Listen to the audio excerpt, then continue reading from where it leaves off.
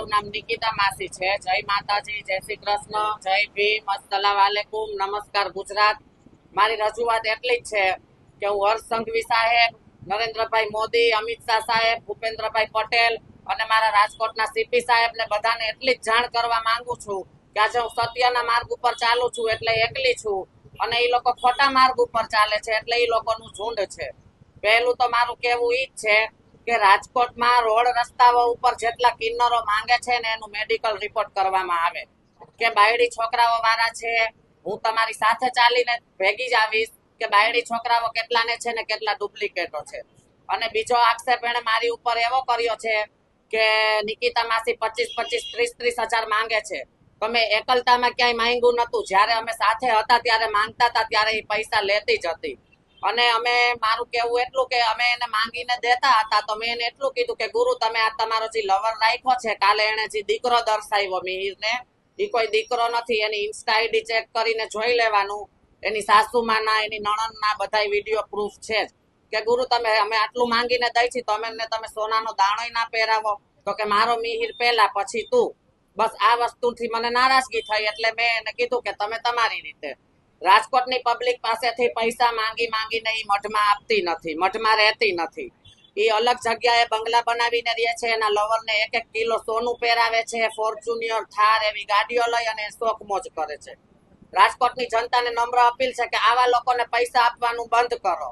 લગ્ન પ્રસંગ હોય તો 1100-500 રૂપિયા આપો, દીકરીના લગ્ન હોય તો રૂપિયો ના આપતા।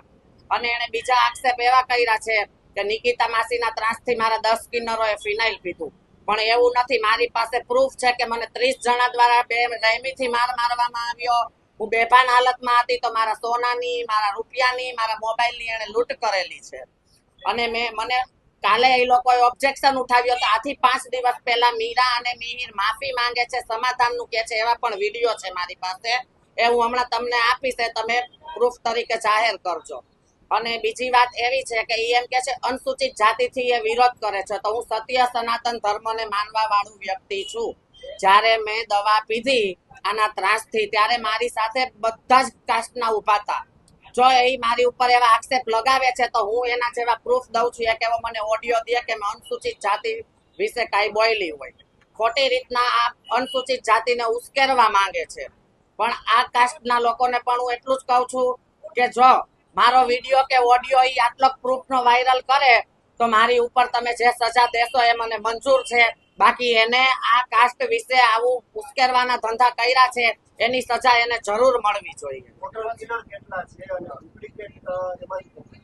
રોડ ઉપર જેટલા માંગે છે એ બધા ડુપ્લિકેટ છે ને એની ભેગા છે અત્યારે રાષ્ટ્રીય શાળાએ રાત્રે પથ્થરમારો થયો તો વકીલો ઉપર તાલીઓ પાડીને, બનાવ બન્યો તો રાષ્ટ્રીય શાળા ઉપર। એ બધા અત્યારે ડુપ્લિકેટો સાડી પહેરીને એની ભેગા માંગે છે, જેમાં એક કલ્પિતા માસી કરીને એને દર્શાવ્યું છે એ પણ ડુપ્લિકેટ છે, કાલે ફિનાઇલ પીધું। અને એ ડિવિઝન પોલીસ સ્ટેશનની તમે હિસ્ટ્રી કઢાવો કે મીરા ઉપર કાંઈ પણ થાય એટલે એની ટોળકી દ્વારા બધા ઉપર હુમલો કરવામાં આવે છે। મેં દવા પીધી તો મને દબાવવા અને મને બીવડાવવા એ લોકોએ દવા પી અને મારી ઉપર કેસ ખોટા કર્યા।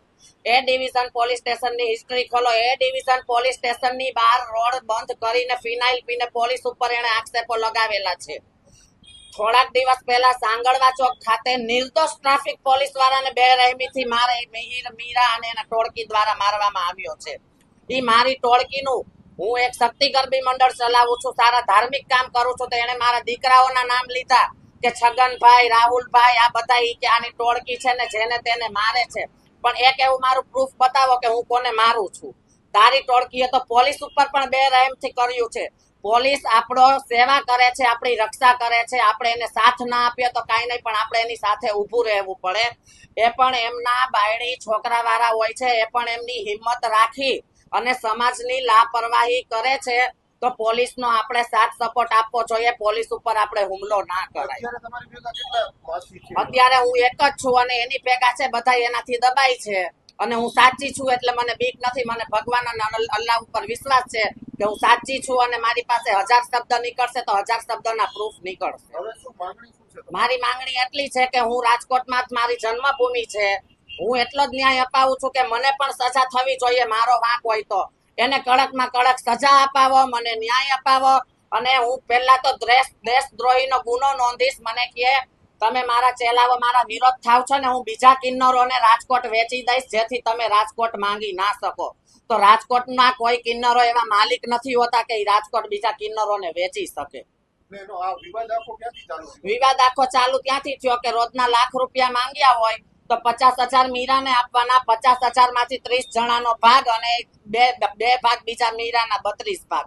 અમારે ₹1,000-1,200 લઈને જવાનું. કોઈ જજમાન સારા હોય, કોઈ ખરાબ હોય, અમને સારું બોલે ખરાબ બોલે અમે સાંભળીએ અને એનો મિહિર ઈ રૂપિયાથી જલસા કરે.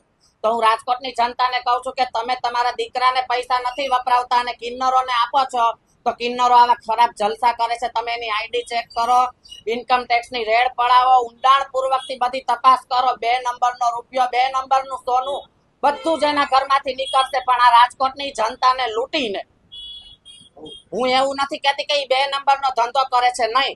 રાજકોટની જનતાને લૂંટીને, પહેલી વાત તો એ કે કિન્નરોને બધાય ભગવાન માને છે, કિન્નરોને કોઈ દી ભાયડા નથી હોતા. ઈ એમ કે છે મિહિર મારો દીકરો છે, મેં નાનેથી મોટો કર્યો. તો 2 વર્ષ પહેલા બીજો હતો, એ પણ તારો દીકરો હતો. 2 વર્ષ અને દીકરો છે તો દીકરો માં દીકરાનો પબ્લિક કોઈ આંધળી નથી. પબ્લિક જાણે માં દીકરા કોને કહેવાય. ઇન્સ્ટા આઈડી તમે ચેક કરો કે એનો દીકરો છે કે એનો ભાયડો છે. કિન્નર અખાડાનો નિયમ એવો હોય છે કે 25% ગાયોનું દાન કરો, 25% ધર્મના કાઢો, 25% ગઈઢા બુજુર્ગોના કાઢો.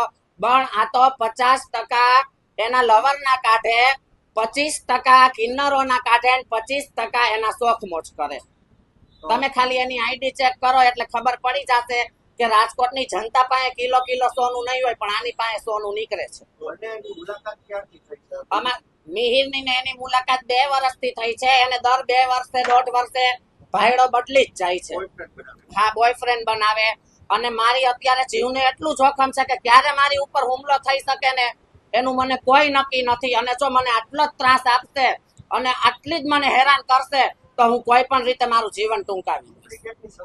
ડુપ્લિકેટની સંખ્યા રાજકોટમાં 150 થી 200 જણાની છે. માધાપર ચોકડી, બેડી ચોકડી, કાળીપાટ ચોકડી, સાત હનુમાન ચોકડી. તમે એક કિન્નરને ચેક કરો છો. હું ખોટી નીકળું તો મને સજા દેજો, બાકી ઈ કિન્નરો નથી અને બાયડી છોકરા પણ છે. કાર્યવાહી કાઈ નહીં. પોલીસ ભાઈઓ મારા જાગે અને જે કિન્નરો માંગે છે ત્યાં જાય, એ લોકોને ચેકઅપ કરે, એ લોકોનો મેડિકલ ચેકઅપ કરે. પહેલી વાત તો એ કે કિન્નરને કોઈ જેન્ટ્સ જેવું હોતું નથી. અને ચલો જેન્ટ્સ જેવું હોય તો એની વિધિ કરવાની બાકી હોય, પણ જેટલા જેન્ટ્સ ખરેખર છે બાયડી છોકરા હોવા છતાં મોઢે જેને બાંધ્યું હોય છે ને, આટલી દાઢી હોય છે ને એટલે મોઢે બાંધ્યું હોય છે.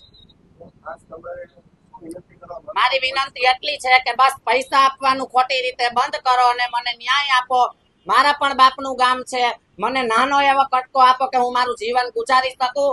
હું દર વર્ષે માતાજીનો માંડવો 40 છોકરીઓ વગર ફીએ ગરબી કરાવું છું. અને હજી 3જા મહિનામાં હું 5 દીકરીઓના સમૂહ લગ્ન પણ કરવા જઈ રહી છું. ટાર્ગેટ એમાં કોઈ હોતો નથી.